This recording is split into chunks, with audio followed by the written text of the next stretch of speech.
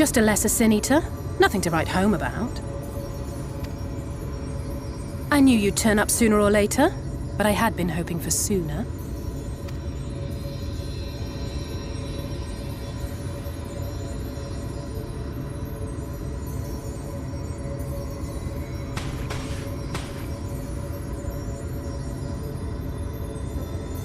How are you?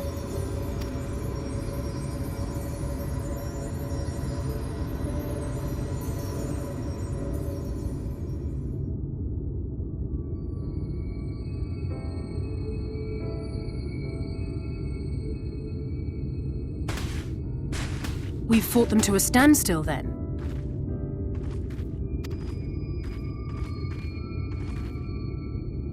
The Exarch did say that the Empire seemed to have drawn back when he last looked in on the source. But without knowing for sure how fast time was passing there, I couldn't help worrying that a lot might have happened since then. I'm heartily relieved to hear that it hasn't, just as Alphino must have been. As you can imagine, both he and Urianger were desperate to hear the news from home when I arrived. I haven't actually seen Thancred and Y'shtola yet, but they will have heard all the latest developments from the Exarch by now, or should have at least.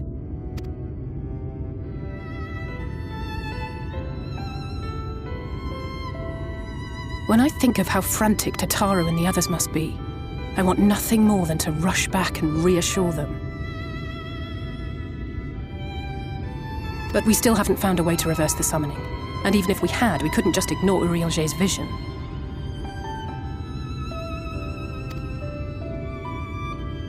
He may use 10 words where 1 would suffice, and they may often obscure as much as they reveal. But on this matter, he was as clear as day.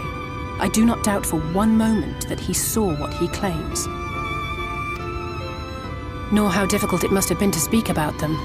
The 8th Umbral Calamity and your death aren't exactly topics for idle conversation. As much as I might want to go home, I don't want to go home to that. We can't allow the rejoining to happen, which means we have to save the first from the Sin Eaters.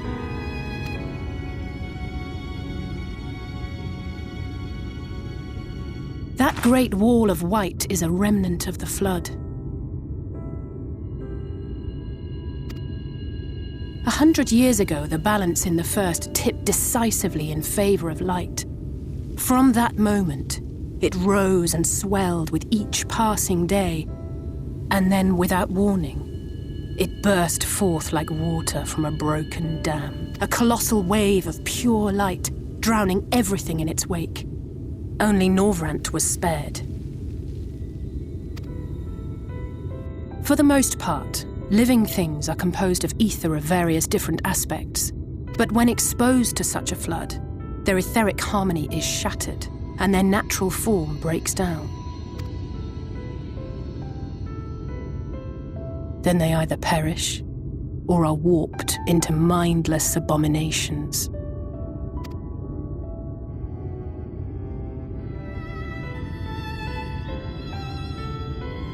Yes, that's how the Sin Eaters came to be. They were once living creatures, or people. Once the change is wrought, there is no going back. In that instant, they are gripped by an insatiable appetite for ether, and will happily gorge themselves on any living thing within reach. But even that is not the worst of it. The stronger Sin Eaters can plant light in us, like seeds in soil, corrupting our ether, and triggering the birth of new monstrosities. They are creatures of base instinct that exist only to feed and to multiply. They feel no pity, know no remorse, and are utterly deaf to reason. Which is... The infirmary is full of the Sin Eaters' victims, left here to spend their final hours waiting for the chain.